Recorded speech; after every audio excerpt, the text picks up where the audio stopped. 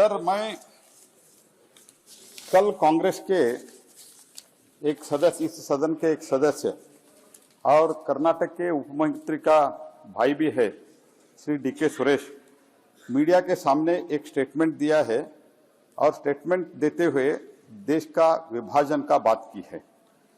तो इस रेवेन्यू और बजट अलोकेशन का झूठा बेस बनाते हुए देश का विभाजन का जो बात उन्होंने जो की है, मैं घोर निंदा करता हूं और खंडन करता हूं।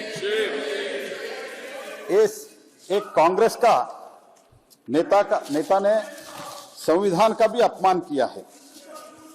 देश का विभाजन लेकर कांग्रेस का ये परंपरा अभी भी बरकरार है। कांग्रेस पार्टी इस विषय में मैं मांगता हूं स्पष्टीकरण करना चाहिए, देश से माफी मांगना चाहिए और संविधान का जो आशय था है ये घोर अपमान किया है।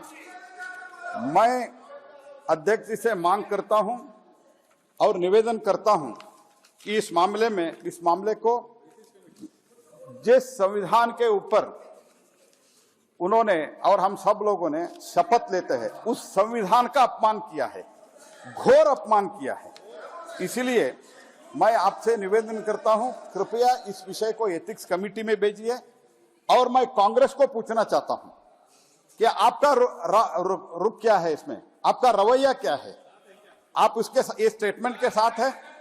अगर साथ नहीं है तो मैं कांग्रेस में मांगता हूं उनके ऊपर एक्शन लिया जाए और उसके साथ जिन्होंने अपमान किया है उसके ऊपर एक्शन लिया जाए और कांग्रेस इसके बारे में माफी मांगना चाहिए। देश तोड़ने का बात जो है ये कभी भी देश स्वीकारता नहीं जी।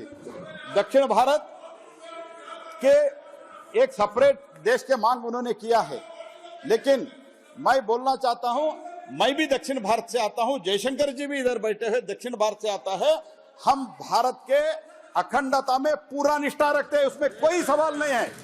पूरा देश एक है, ये तो हम मानते हैं। और इसीलिए मैं सोनिया गांधी जी से मैं मांग करता हूं, वो माफी मांगना चाहिए और एक्शन लेना चाहिए। और बार बार मैं आपको यही आग्रह करता हूं, ये जो शपथ लिया है, शपथ का उल्लंघन हुआ है। इसके कारण शपथ का उल्लंघन हुआ है।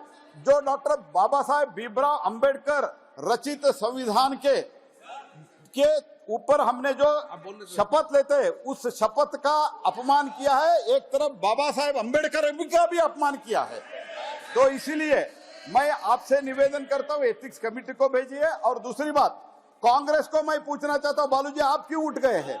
मैं कांग्रेस के ऊपर आग्रह करना चाहता हूं, उसके ऊपर एक्शन ले जाइए, एक्शन लेना चाहिए।